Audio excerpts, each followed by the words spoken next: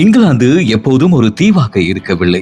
ஒரு காலத்தில் லண்டனில் இருந்து ஆம்ஸ்டர்டாம் வரை காடுகள் வழியாக நீங்கள் நடந்து செல்ல முடியும். இன்று அந்த நிலம் எங்கே?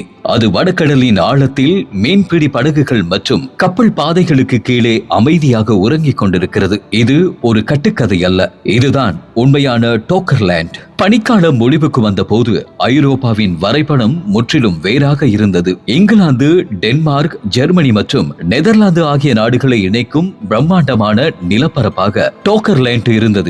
இது வெறும் வெற்றிடம் அல்ல, வேட்டையாடுபவர்கள், மீன் பிடிப்பவர்கள் என மனிதர்களின் நடமாட்டம் அதிகம் இருந்த ஐரோப்பாவின் இதய பகுதி. டோக்கர்லேண்டின் அழிவு ஒரு நாளில் நடக்கவில்லை. புவி வெப்பமடைதலால் பனிப்பாறைகள் உருகி கடல் மட்டம் ஆண்டுதோறும் உயர்ந்தது.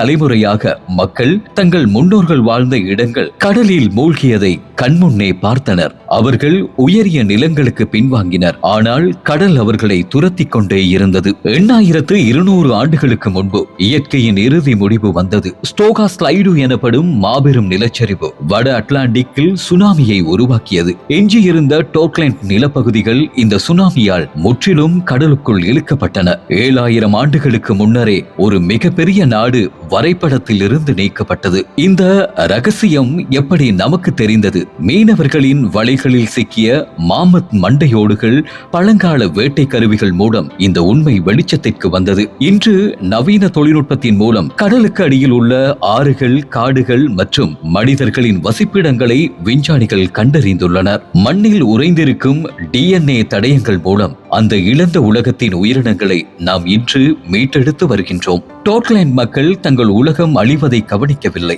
மாற்றம் மிகவும் மெதுவாக இருந்தது. ஆனால் இன்று டோக்லேண்ட் நமக்கு ஒரு முக்கியமான எச்சரிக்கையை தருகிறது. கடல் மட்டம் உயர்வு என்பது வெறும் கதையல்ல, அது ஒரு யதார்த்தம். டோக்லேண்ட் இன்று மறைந்திருக்கலாம், ஆனால் அதன் மௌனமான கதை இன்றும் நமக்கு சொல்லிக் கொண்டிருக்கிறது. இயற்கையின் சக்தியை விட மனிதன் சிறியவன் என்று.